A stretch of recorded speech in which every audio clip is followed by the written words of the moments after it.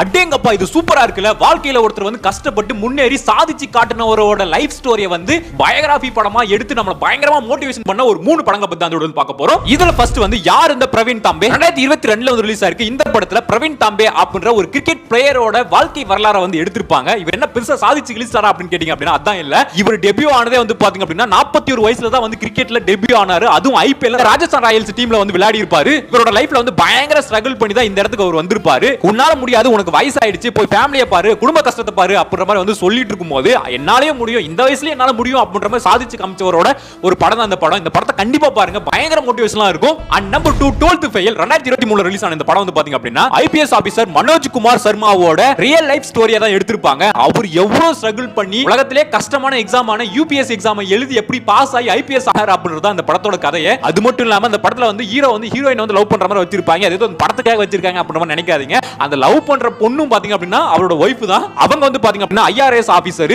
ரெண்டு பேரும் படிச்சுக்கிட்டே லவ் பண்ணி சாதிச்சு காமிச்சிருக்காங்க. இந்த படம் உங்களுக்கு கண்டிப்பா பயங்கரமா மோட்டிவேட் பண்ணும். என்ன மோட்டிவேட் பண்ணிச்சுப்பா. அண்ட் நம்பர் 3 பேட்மேன் 2017 ரிலீஸ் ஆன இந்த படம் வந்து பாத்தீங்க அப்படின்னா அக்ஷய் குமார் வந்து நடிச்சிருப்பாரு. இந்த படத்துல அருணாச்சலம் முருகானந்தம் அப்படின்றோட லைஃப் ஸ்டோரியா வந்து எடுத்திருப்பாங்க. அவர் யாரு அப்படின்னா தமிழ்நாட்டை சேர்ந்த கோயம்புத்தூரை சேர்ந்த ஒரு ஆள் தான் அவரு. அவரோட பயோகிராபியை ஹிந்தில வந்து எடுத்திருக்காங்க. ஒரு தமிழனா பெருமைப்படக்கூடிய ஒரு விஷயம் தான் இது. இவரு கேர்ள்ஸ் யூஸ் பண்ற அந்த பேட் எல்லாம் வந்து பாத்தீங்க அப்படின்னா அப்பெல்லாம் ரொம்ப விலை அதிகமா இருக்கும். இது நானே வந்து கம்மி விலையில தயாரிக்கிறேன் அப்படின்னு சொல்லி அவரே வந்து தயாரிச்சு அதுக்கான ஒரு மிஷின்லாம் வந்து கண்டுபிடிப்பாரு.